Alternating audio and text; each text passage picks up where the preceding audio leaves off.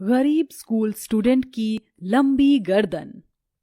प्रीति बेटा, उठ जाओ, तुम्हारे स्कूल जाने का समय हो गया है। नहीं माँ, मैं स्कूल नहीं जाऊंगी।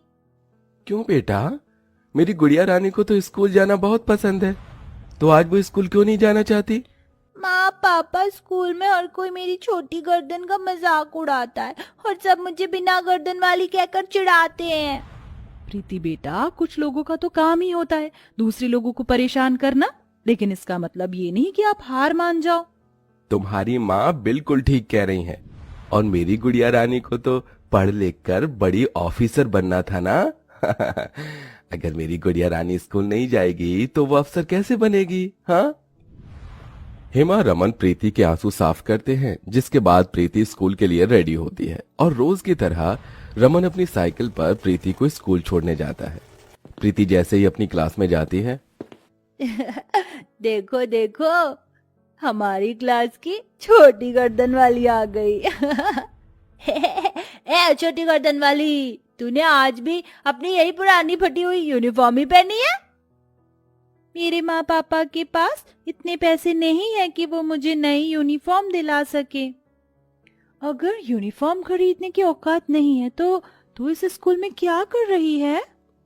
इतना कहकर शेफाली और मयंक मिलकर बेचारी प्रीति का बैग छीनकर उसे क्लास में रखी अलमारी के ऊपर फेंक देते हैं। ये तुम लोगों ने क्या किया? मेरा बैग इतनी ऊपर क्यों फेंक दिया? अब मैं पढ़ाई कैसे करूंगी?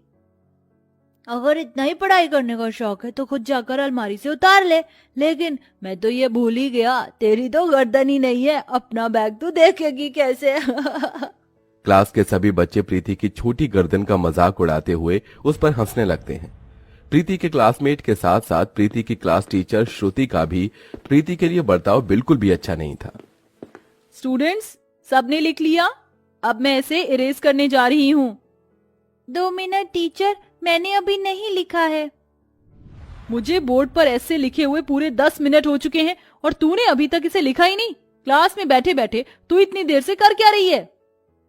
टीचर, आपने मुझे इन सभी स्टूडेंट्स के पीछे बिठाया है, इसलिए मुझे ठीक से ब्लैक बोर्ड दिखाई नहीं देता। तो तू क्या चाहती है? मैं तुझे यहाँ फ्रंट बेंच पर बिठाऊं ताकि तेरी छोटी गर्दन को देख देख कर मेरा मूड खराब हो जाए? न जाने स्कूल वाले भी कैसे कैसे गरीब और बेकार बच्चों को एडमिशन दे देते हैं। टीचर, अगर मेरी छोटी गर्दन है और मैं गरीब हूँ तो इसमें मेरी क्या गलती है? मैं भी तो इन सभी स्टूडेंट्स की तरह आपकी स्टूडेंट हूँ। तो अब तू मुझसे जुबान लड़ाएगी? श्रुति अपनी टेबल पर रखी हुई छड़ी उठाती है और सीधा प्रीति के पास जाकर उसे बेरहमी से मारना शुरू कर देती है। बहुत दर्द हो रहा है। छोड़ दीजिए मुझे। आज तो मैं तुझे नहीं छोड़ूंगी। बड़ा शौक है ना तुझे मुझसे जुबान लड़ाने का? श्रुति प्रीति को मार मार कर उसके हाथ पैर लाल कर देती है। प्रीति को ऐसे दर्द से रोता देख सभी बच्चे उस पर हंसते हैं। प्रीति को इतना मारने के बाद भी श्रुति नहीं रुकती और प्रीति से ग्राउंड के पूरे कड़ी धूप में 50 चक्कर लगवाती है, जिससे प्रीति की हालत और खराब हो जाती है। प्रीति के लिए यह सब कुछ नया नहीं था। हर दिन प्रीति को उसकी क्लास में इन्हीं सब चीजों का सामना करना पड़ता था। स्टूडेंट, आज की क्लास यहीं खत्म होती है। ए छोटी गर्दन वाली, हमारे जाने के बाद सारी क्लास को अच्छे से साफ कर देना। मैं? और नहीं तो क्या, फीस तो तेरी कभी टाइम पर आती नहीं, इसलिए अब से तू रोज क्लास की सफाई करेगी। और अगर ये बात तूने किसी को भी बताई ना तो तेरी ये जो बची कुची गर्दन है ना, इसे भी खत्म कर दूंगी। सभी स्टूडेंट्स और टीचर क्लास से चले जाते हैं, जिसके बाद बेचारी प्रीति देर तक स्कूल में रुककर अपनी सारी क्लास को साफ करती है। प्रीति रोज रोज के इन अत्याचारों को सहकर थक चुकी थी। सारी क्लास साफ करने के बाद प्रीति रोते हुए एक जंगल में चली जाती है और बड़ी सी चट्टान पर बैठकर खूब रोती है। भगवान जी, आपने क्यों मुझे इतनी छोटी गर्दन दी? सब लोग मेरा कितना मजाक उड़ाते हैं। मैं तो बस पढ़ लिख कर अपने माँ पापा का नाम रोशन करना चाहती हूँ, लेकिन हर कोई मुझे परेशान करता है। प्रीति चट्टान पर बैठी रो ही रही होती है कि तभी उसके पीछे की झाड़ियों में से कुछ आवाज आने लगती है। कौन है वहाँ? सामने आओ मेरे। प्रीति जैसे ही झाड़ियों को हटाती है तो देखती है कि वहां एक शेर जख्मी हालत में पड़ा है। शेर का एक पंजा शिकारी के बिछाए हुए जाल में फंस गया है, जिससे शेर के पंजे से काफी खून निकल रहा है। ये सब देख प्रीति बहुत डर जाती है। शेर, भागो यहाँ से।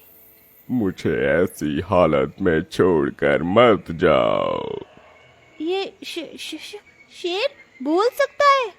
हाँ, मैं बोल सकता हूँ।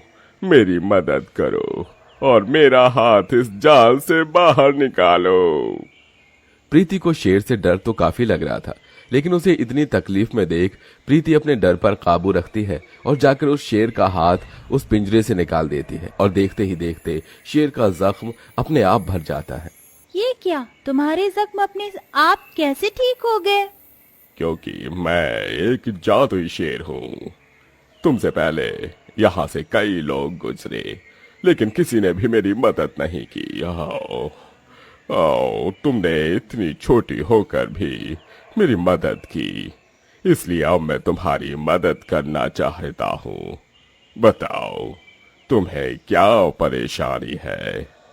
शेर के पूछने पर प्रीति उसे अपने ऊपर हुए सारे अत्याचारों के बारे में बताती है। बस इतनी सी बात? हाँ, मैं अभी तुम्हारी इस परेशानी को हल कर देता हूँ। शेर के अंदर से एक सुनहरी चमकदार रोशनी निकलती है जो सीधा प्रीति के ऊपर जा गिरती है। अब तुम्हारी ये गर्दन कोई मामूली गर्दन नहीं, बल्कि एक जादुई गर्दन हो चुकी है। तुम जब चाहो अपनी गर्दन को बोलकर इसे लंबा कर सकती हो और छोटा भी।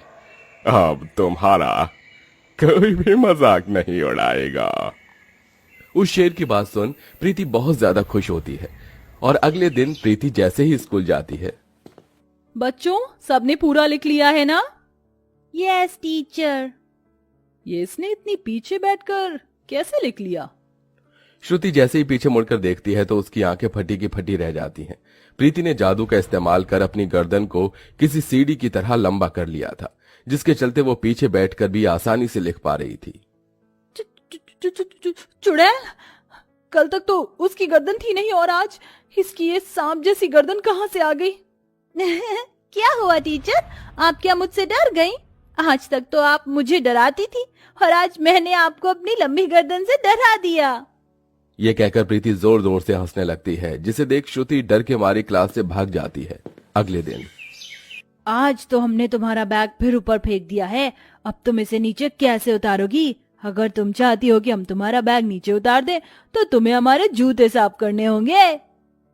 इसकी कोई जरूरत नहीं है, अब तो मैं अपना बैग खुद भी ले सकती हूँ। ऐ मेरी जादुई गर्दन, चल जल्दी से लंबी हो जा। प्रीति के इतना बोलते ही फिर से उसकी गर्दन लंबी हो जाती है और वो अपने मुंह से ही अपना बैग अलमारी से नीचे उतार लेती है और अब प्रीति की लंबी गर्दन पूरी क्लास में घूमने लगती है, जिसे देख क्लास के सभी बच्चे डर जाते हैं। डायन के लंबे बाल तो सुने थे, लेकिन ये इसकी इतनी लंबी गर्दन कैसे हो गई? ये तो कोई भूत है। क्यों, अब आया ना मजा? अब परेशान करोगे मुझे फिर कभी दोबारा? नहीं नहीं नहीं, हमें छोड़ दो, हम तुम्हें कभी परेशान नहीं करेंगे। सभी बच्चे डर के मारे क्लास के बाहर भाग जाते हैं, जिसके बाद प्रीति फिर से अपनी गर्दन छोटी कर लेती है। प्रीति को अब जब भी कोई परेशान करता, प्रीति अपनी लंबी गर्दन से उन्हें अच्छा सबक सिखाती। ए छोटी गर्दन वाली, मेरा मतलब प्रीति, हमारे जाने के बाद सारी क्लास अच्छे से साफ कर देना, ठीक है? जरा भी गंदगी नहीं दिखनी चाहिए। ठीक है टीचर। श्रुति बैग उठाकर सीधा वॉशरूम में जाती है और शीशे में खुद को देखते हुए लिपस्टिक लगाने लगती है कि तभी शीशे में श्रुति को प्रीति की लंबी गर्दन दिखाई देती है, जिसे देख वो काफी डर जाती है। तुम यहाँ क्या कर रही हो? टीचर, वो आपकी फाइल क्लासरूम में ही छूट गई थी, इसलिए मैंने सोचा कि मैं आपको बता दूं। प्रीति की बात सुन और उसकी लंबी गर्दन को देख बेचारी श्रुति वहीं बेहोश हो जाती है और ऐसे ही कई दिन गुजर जाते हैं। एक दिन प्रीति जैसे ही अपनी क्लास में जाती है तो सभी बच्चे मिलकर उसके हाथ पैर और गर्दन पकड़ लेते हैं। छोड़ो मुझे, छोड़ो, ये क्या कर रहे हो तुम लोग? आज हम तुझे नहीं छोड़ेंगे, बहुत परेशान कर लिया तूने अपनी इस लंबी गर्दन से हमें, लेकिन अब और नहीं। छोड़ो मुझे, छोड़ो मुझे, ए मेरी जादुई गर्दन जल्दी से लंबी हो जा। प्रीति के इतना बोलते ही उसकी गर्दन फिर से लंबी हो जाती है और प्रीति अपनी गर्दन से उन सभी बच्चों को पकड़कर हवा में लटका देती है। हम गिर जाएंगे, हमें छोड़ो, हमें नीचे उतारो। मम्मी, पापा, कोई बचाओ हमें, हम गिर जाएंगे। सभी बच्चों के चिल्लाने की आवाज सुन श्रुति जैसे ही क्लास में आती है। हे भगवान, प्रीति ये तुम क्या कर रही हो? छोड़ो बच्चों को। इन्हें देखकर तो आपको इनका दर्द महसूस हो गया, लेकिन क्या कभी आपको मेरा दर्द महसूस नहीं हुआ? मेरी छोटी गर्दन है तो इसमें मेरा क्या कसूर? सभी बच्चे यहाँ मेरा मजाक उड़ाते थे, वहाँ उन्हें आपको समझना चाहिए था, लेकिन आप तो उन्हीं के साथ मिल गई। क्या ऐसी टीचर होती है? प्रीति, मैं जानती हूँ जो मैंने किया वो बहुत गलत था, लेकिन अब मुझे मेरी गलती का एहसास हो गया है। प्लीज इन सभी बच्चों को नीचे छोड़ दो। हाँ प्रीति, अब से हम तुम्हें कभी परेशान नहीं करेंगे और तुम्हारे अच्छे दोस्त बनकर रहेंगे। प्रीति, हमें माफ कर दो और हमें छोड़ दो।